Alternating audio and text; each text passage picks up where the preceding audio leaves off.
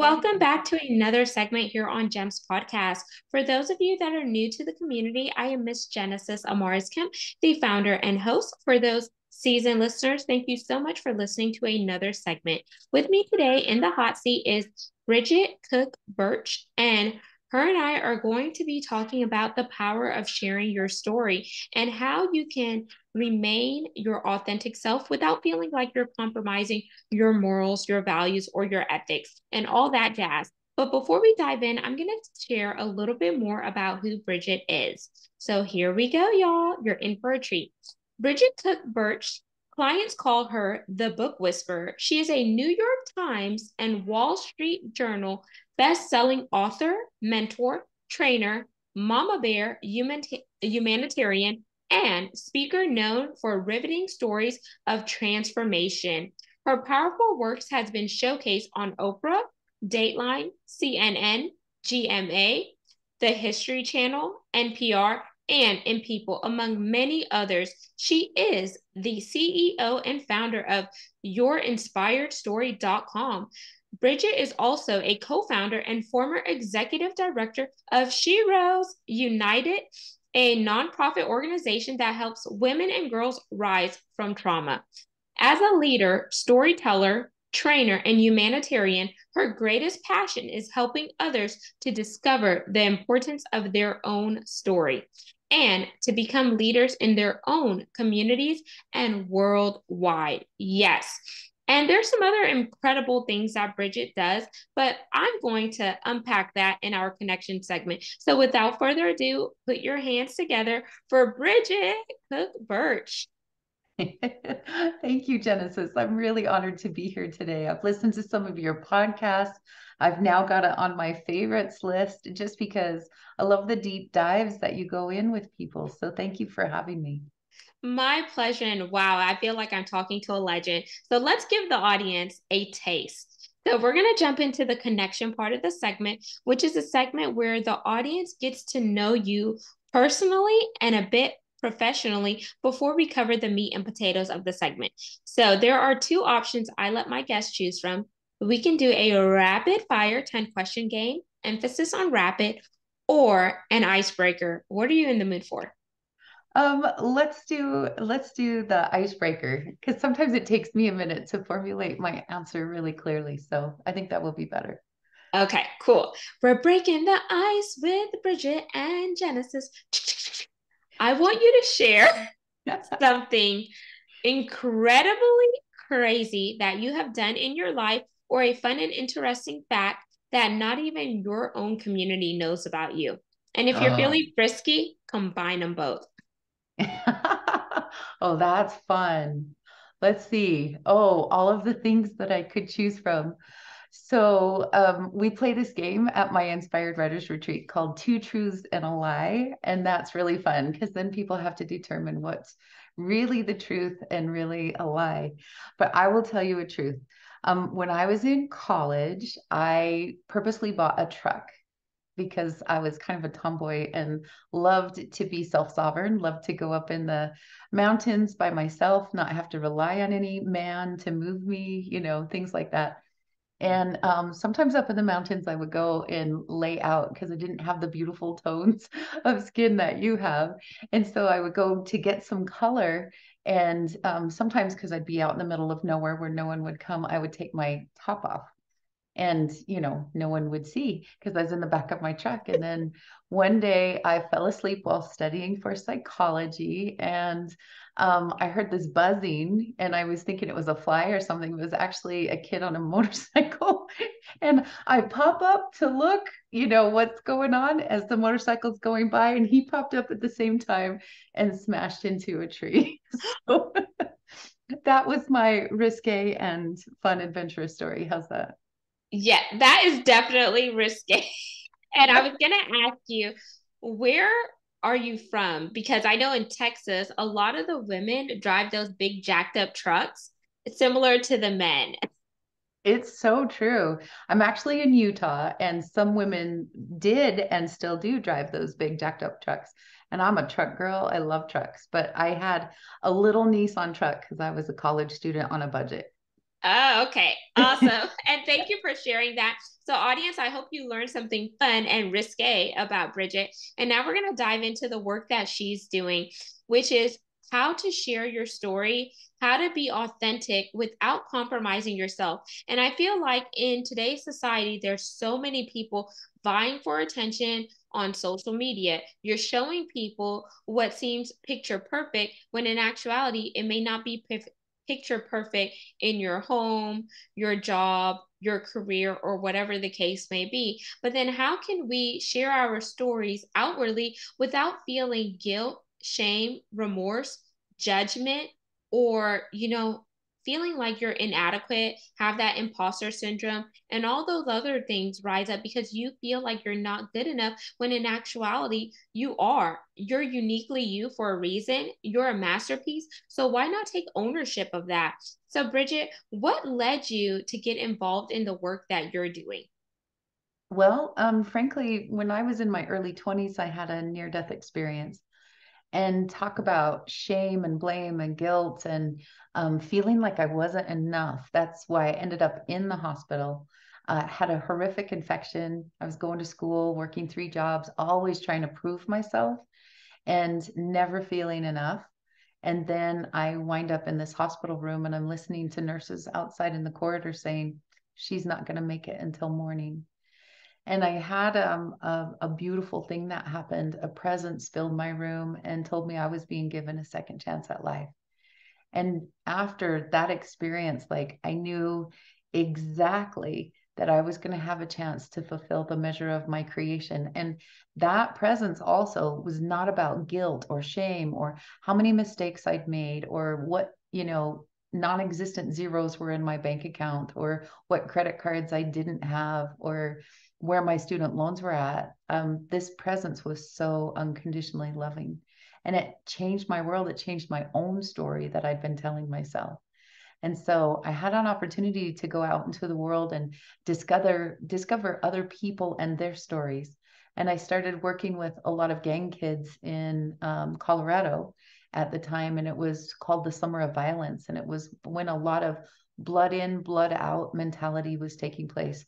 And gang members had to shed blood in order to get in, and you wouldn't get out. Like it was, you stay in the gang or you die. And so there were some of these kids, though, that had an opportunity to work with a place called Community Learning Centers. And it was amazing what it would do for these kids and help them to see life in a different way.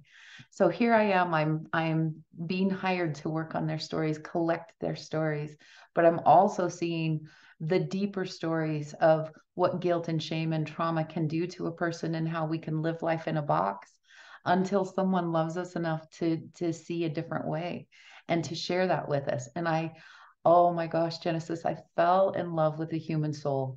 I saw kid after kid after kid start to look at life through different eyes, different lens than they ever had before, like I did. I had an opportunity to see myself in a different way. And so stories became really sacred to me.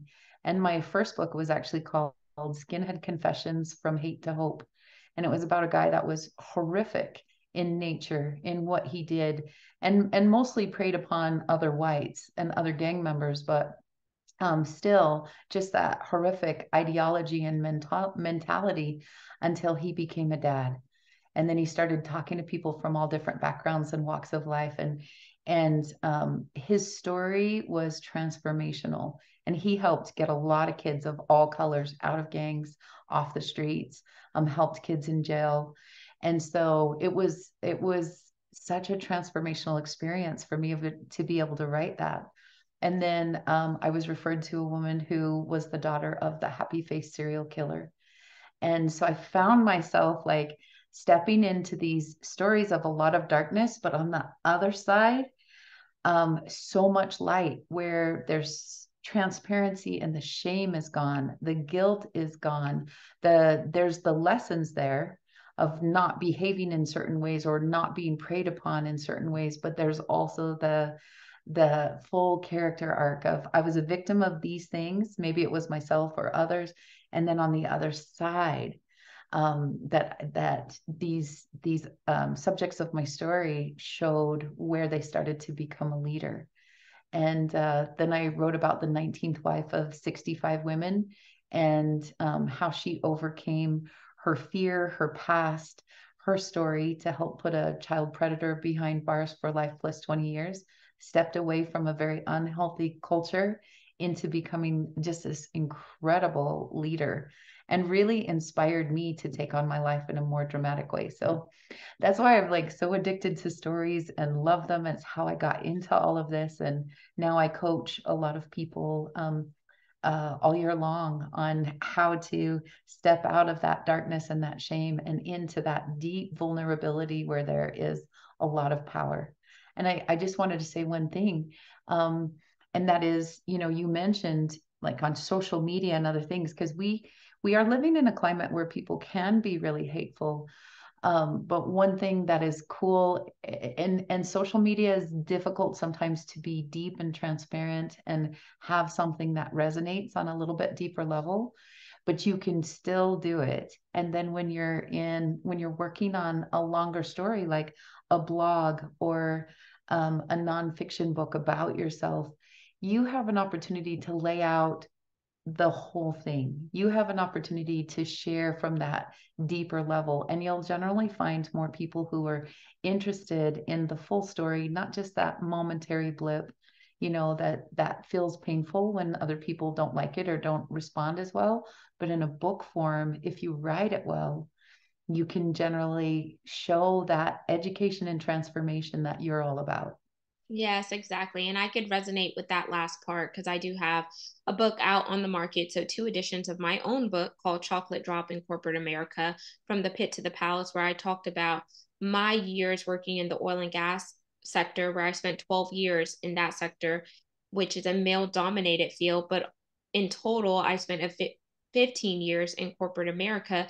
And whenever you're in a male dominated field, the quote unquote good old boys club, or the white guys, blue shirts wearing guys, and you look like me, people don't always take you serious, even though you have the degree, you have the accolades, you have the work experience. And sometimes they'll put someone else to represent your project when you're the one that's already leading the project. But it's how do you show up outwardly, and how does the client want to see somebody?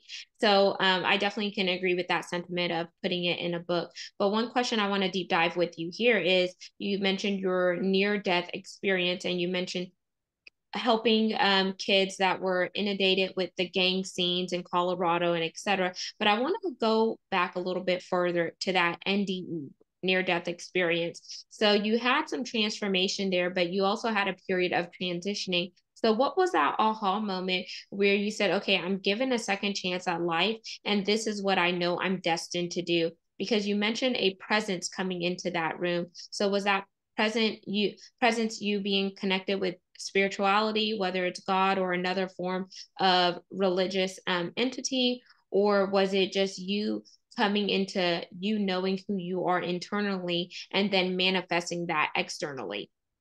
Well, that's actually an excellent question. So I appreciate that. So, in my case, it started from the moment that presence was in my room, which showed up to me as Christ. And forgive me, I still get a little emotional about it, but it it was a he was a catalyst to and that feeling of unconditional love. Like I had amazing adoptive parents, but I had never felt like this degree of unconditional love. And so it fostered me to take a different look at how I was doing the world and what I knew about. And I would share that, right before, when I'm listening to these nurses, I was like, I haven't fulfilled the measure of my creation, but I didn't know what that was yet. I just knew I hadn't done it. And there was this deep, intense longing to have the opportunity to do that. So I think there was that deep inner yearning and pull, and then the answer to that. And then it took me a little while to process. Like I was on fire. The catalyst was born. I was so excited. I was like the phoenix rising from the ashes. It changed so many aspects of who I was and what I felt about myself and people. But also, I was no longer afraid of anyone. Like, I've worked with cultists and serial killers in prison and other things, and their behaviors can be frightening, but the human souls are really extraordinary, and we're usually a product of decisions we've made and also where we came from.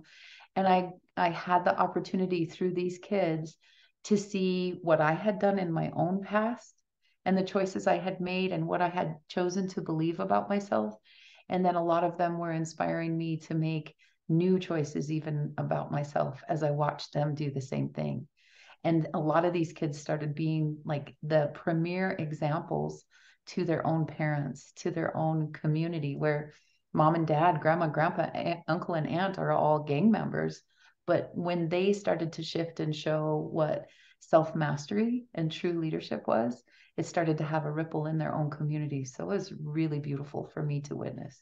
I love that. And I love how you also talked about the still presence. And for those of you listening, you don't necessarily have to be religious to zero in on this, but some people call it discernment, some people call it intuition, some people say the Holy Spirit or whatnot. And that presence will impart on you something that you can't shake, no matter how you feel outwardly, like how your flesh feels or how you feel as a human being, because it's something that is so rooted inside of you. It's calling you to a higher level, a higher vibration, and etc., where you need to embark on what it is that you were destined to do in the world, which goes back to Bridget in her bio saying how she helps people transform and make world changes, because each one of us is a world changer as long as we step outside of the box that we have placed ourselves in or that the world has placed us in, and have our TNT, which is what I like to call my personal explosive,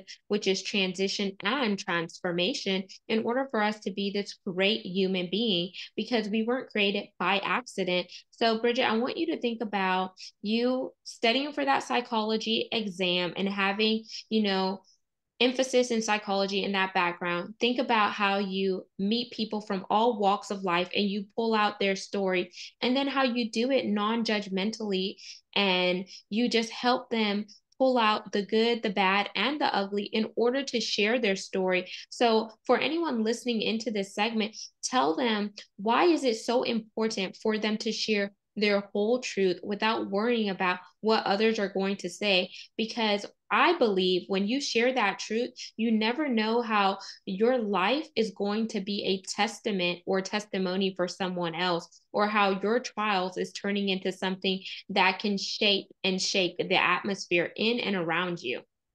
Mm-hmm. So personally, thank you. Those are exceptional. You're very good at coming around to an important point and asking another question. I love it.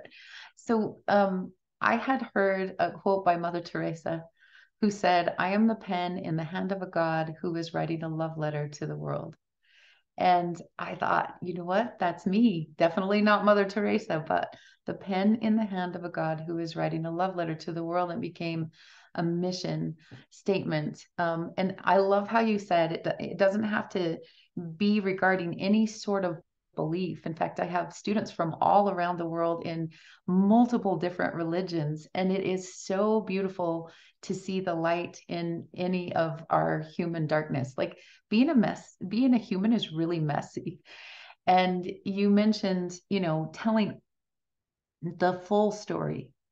And I will tell you that there is so much power in telling the full story, because we, especially evolving as we are as humans, we don't want a guru who's going along just fine in life. And then there's this little, unicorns and rainbows at the end. It doesn't help us as humans to know how to take the next step, to traverse the darkness, to navigate scary waters. But when someone is vulnerable with us and they share the light and the darkness, they share their rises and falls, they share their dark night of the soul, and then how they face the inner and the outer battles to be able to rise, that is where the power is. And so, whatever low you take your readers to, or your audience too, if you're speaking, you have an ultimate and beautiful responsibility to take them equally as high. And so be vulnerable and real, but also own the fact that you are the hero of your own story and how you came back with this elixir of life, this knowledge about yourself that you now wish to share with the world and to create that profound, deep impact. And that's why it's important for us to be this raw and real. So another person, no matter what they're going through, goes, oh, this person would get me. Like this person who's writing the story, like they would get me and they wouldn't judge me.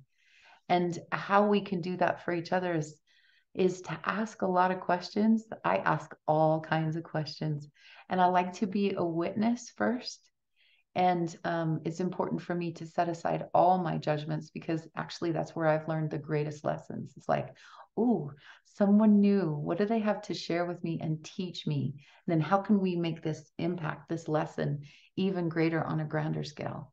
And so I have to set aside my judgments. And whenever I'm holding one, I'll tell you what, God will bring me another author with a story that will knock my socks off. And I can't help but to see myself in their story and to recognize where I've been holding judgments and then to let them go. It's powerful.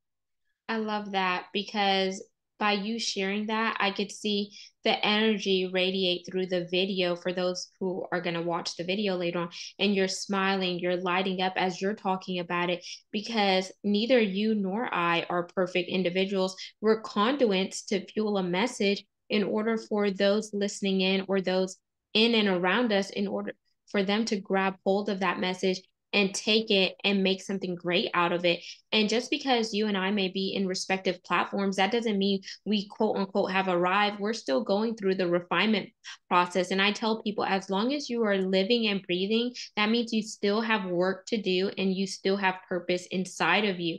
So don't let labels, don't let titles, don't let societal norms, don't let fighting for turf or fighting over politics or any of that gunk get inside of you to where it sours you from not wanting to pop. And my pop stands for an acronym that I've dubbed, which is prepared on purpose. So that's how I pop. So how do you pop?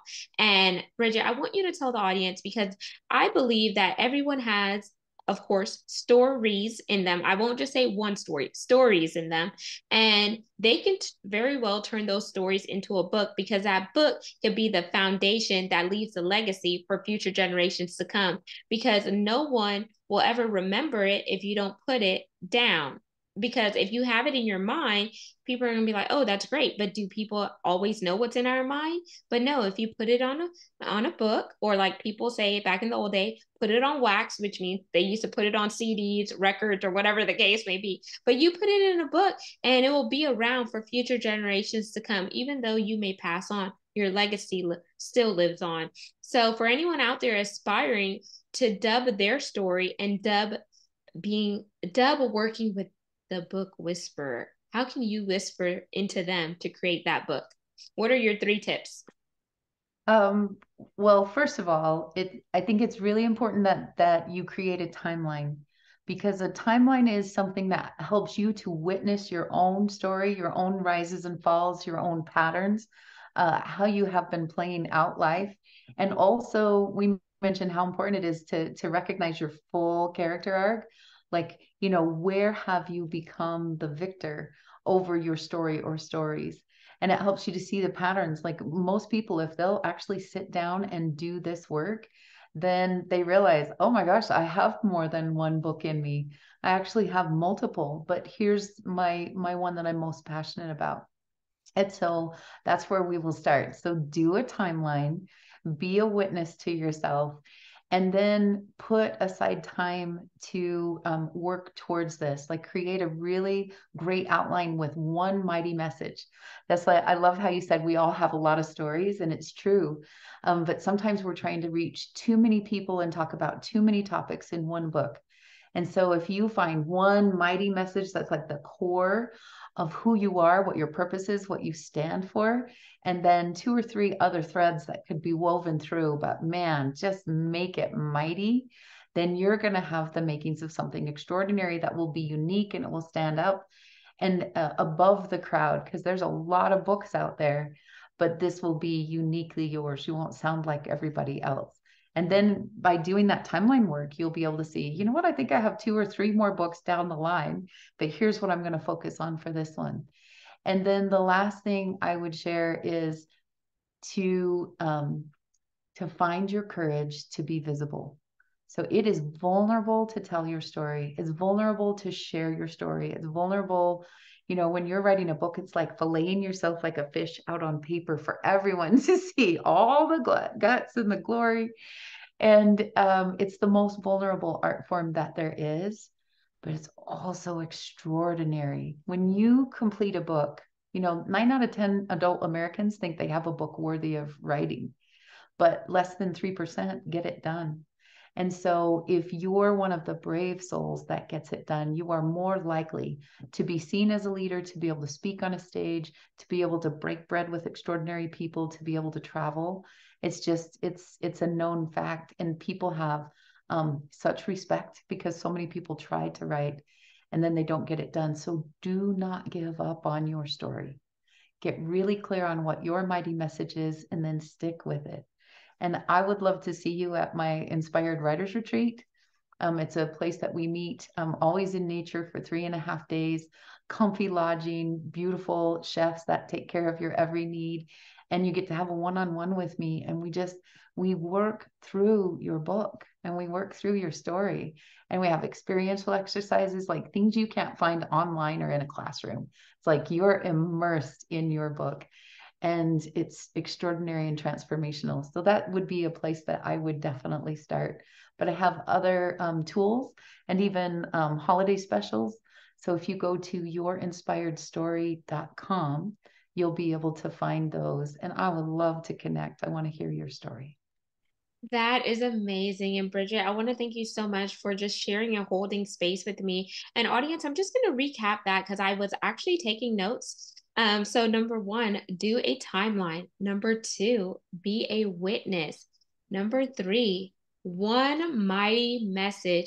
And 4, find your courage to be visible, be seen and heard. And I want to add this, if I may. Your voice, your story, your destiny. You matter. You're created for a purpose, on purpose. So start walking in your own truths and be authentically you because the world needs you. And if you are not leaving this world better than you found it, you're only tapping in at a surface level versus going deep diving. It is time for you to deep dive and find those precious gems because if you sit at the surface, you're never going to find it. Think about those people who frack to make oil. Can they frack at a surface? No. Think about those people who are mining. Can they mine beautiful things at the surface? No. So why are you trying to mine your life at a surface level? It's time for you to go deep diving. I am Miss Genesis Amaris Kemp, the founder and host, and my big ask is for brand sponsors. It does take resources to fuel the mission and movement, which is to curate content that is educational, inspirational, and motivational, while also weaving in the importance of DEI and B, diversity, equity, inclusion, and belonging, because it takes all of us coming together to make this world a better place. Don't forget to like, comment, follow, and subscribe. We're on 40 plus audio platforms and videos are on YouTube by going to Gems with Genesis Amaris Kemp. It's easy to remember because it's the name of the show. And feedback is a gift, so consider that when you're leaving a review. Let me know what you like, what you don't like. Hey, I take it. That's how I'm going to improve personally and professionally. Until next time, peace, love, and lots of blessings. You all got this, so celebrate your truths.